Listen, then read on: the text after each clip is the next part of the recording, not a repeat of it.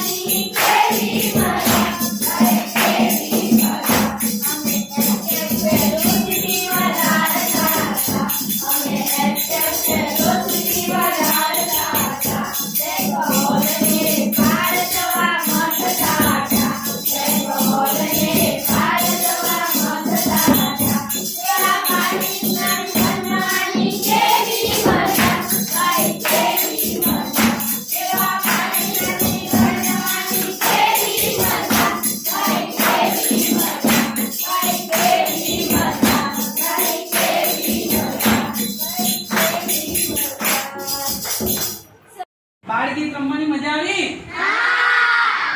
મને બહુ મજા આવી. હવે એ બાળ ગીત પરથી હું તમને પ્રશ્નો પૂછું. થોડાક પ્રશ્નો પૂછીશ. આવડશે ને? હા. ચાલો તો પહેલો પ્રશ્ન પૂછું. બરાબર? ચલો આ બાળ ગીતમાં ક્યાં જવાની વાત કરવામાં આવી હતી?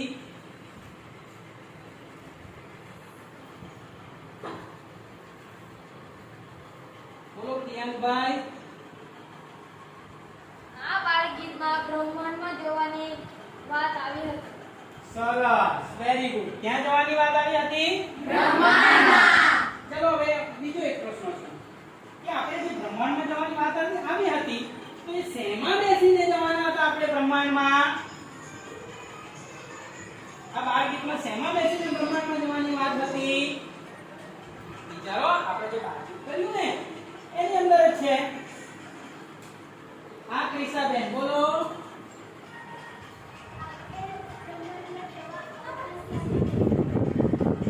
અવકાશયાનમાં બેસીને જવાની વાત કરવામાં આવી. બરાબર ને? ચાલો ત્રીજો પ્રશ્ન કે આ બ્રહ્માંડમાં આપણે ગયા તો ત્યાં શું શું જોયું?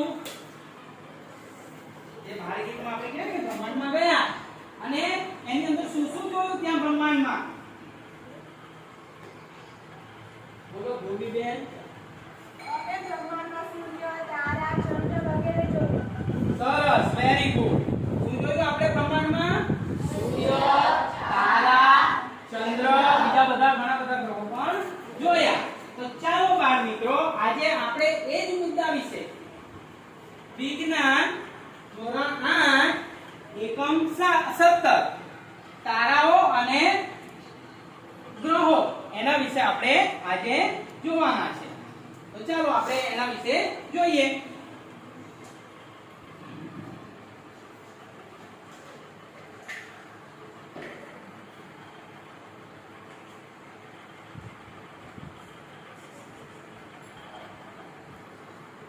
અમને સૂર્યમંડળના સફરે લઈ જાઓ ને. ચાલો ચાલો, તમને ઘણી મજા આવશે. હું તમને ચાલો લઈ જાઉં છું સૂર્યમંડળની સફરે.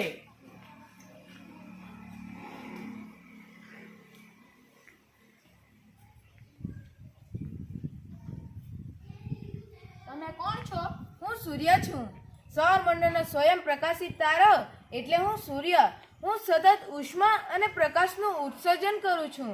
હું પૃથ્વી પરનો તમામ ઉર્જાનો સ્ત્રોત હું છું અને હું હકીકતમાં બધા જ ગ્રહોને ઉષ્મા અને પ્રકાશ આપું છું. સૌરમંડળનો દાદા એટલે હું સૂર્ય. ચલો ચલો ચલો આપણે બુધને મળવા જઈએ. તમે કોણ છો? હું બુધ છું. હું સૂર્યની સૌથી નજીકનો ગ્રહ છું. મારા પર જોવા જ્વાળામુખીઓના મુખ જેવા ખાડાઓ જોવા મળે છે અને ખાડાઓ ઉલ્કાના કારણે થયેલો હોય એવું માનવામાં આવે છે. મારા પર વાતાવરણ નથી, તેથી મારા પર જીવન સૃષ્ટિ નથી.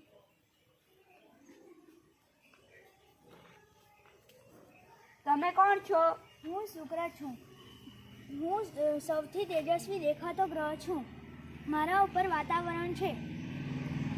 સામાન્ય રીતે સૂર્યોદય પહેલાં પૂર્વ દિશામાં અને સૂર્યાસ્ત પછી પશ્ચિમ દિશામાં જોવા મળું છું. મારા વાતાવરણમાં કાર્બન ડાયોક્સાઇડ વાયુનું પ્રમાણ ખૂબ જ વધારે છે. આ ઉપરાંત સલ્ફ્યુરિક એસિડના વાદળ જોવા મળે છે. મારા પર પાણી મુખ્યત્વે વાયુ સ્વરૂપે જોવા મળે છે. મારી સપાટી પર જ્વાળામુખીઓ પણ આવેલા છે.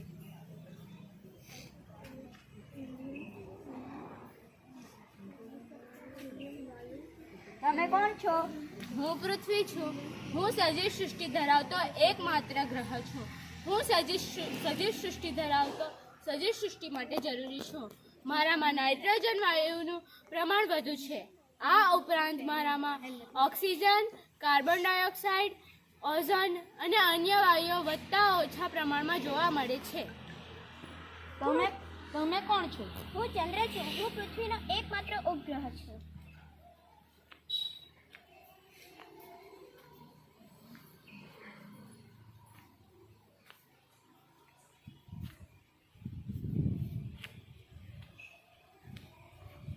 તમે કોણ છો? હું મંગળ છું. હું લાલ રંગનો છું. મારી સપાટી ઉપર આયરન ઓક્સાઇડનું પ્રમાણ વધુ હોવાથી હું લાલ રંગનો દેખાઉં છું. પૃથ્વીની જેમ હું પણ વાતાવરણ ધરાવું છું, પરંતુ તે વાતાવરણ ખૂબ જ પાતળું હોય છે. વળી મારા રાત અને દિવસોમાં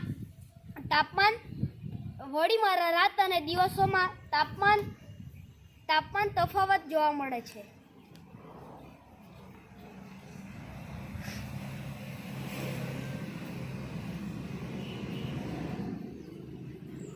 તમે કોણ છો? હું ગુરુ. સૂર્યમંડળનો સૌથી મોટો ગ્રહ એટલે ગુરુ. હું પૃથ્વીથી લગભગ 1300 ગણો મોટો છું. મારી ઉપર હાઇડ્રોજન અને હિલિયમ વાયુઓ છે. સૂર્યમંડળના અન્ય ગ્રહ કરતાં મારું ગુરુત્વાકર્ષણ બળ વધારે છે.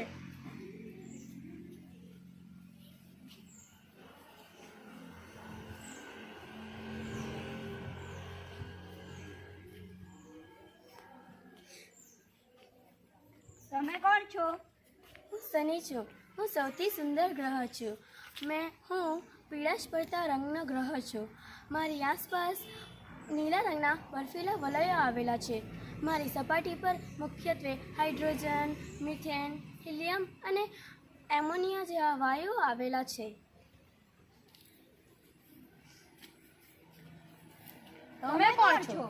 હું યુરેનસ. મારા પર મુખ્યત્વે હાઇડ્રોજન, મિથેન, એમોનિયા વાયુઓ આવેલા છે. મારી આસપાસ પણ વલયો જોવા મળે છે.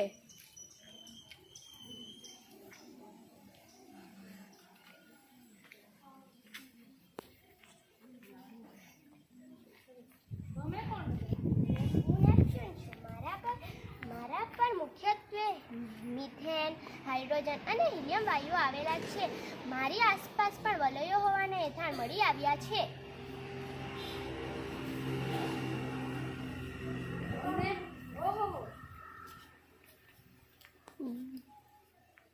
ઓહો, અમને સૂર્યમંડળના ગ્રહો જોઈને અમને બહુ મજા આવી. મજા આવી ને? હા. સરસ, ચાલો.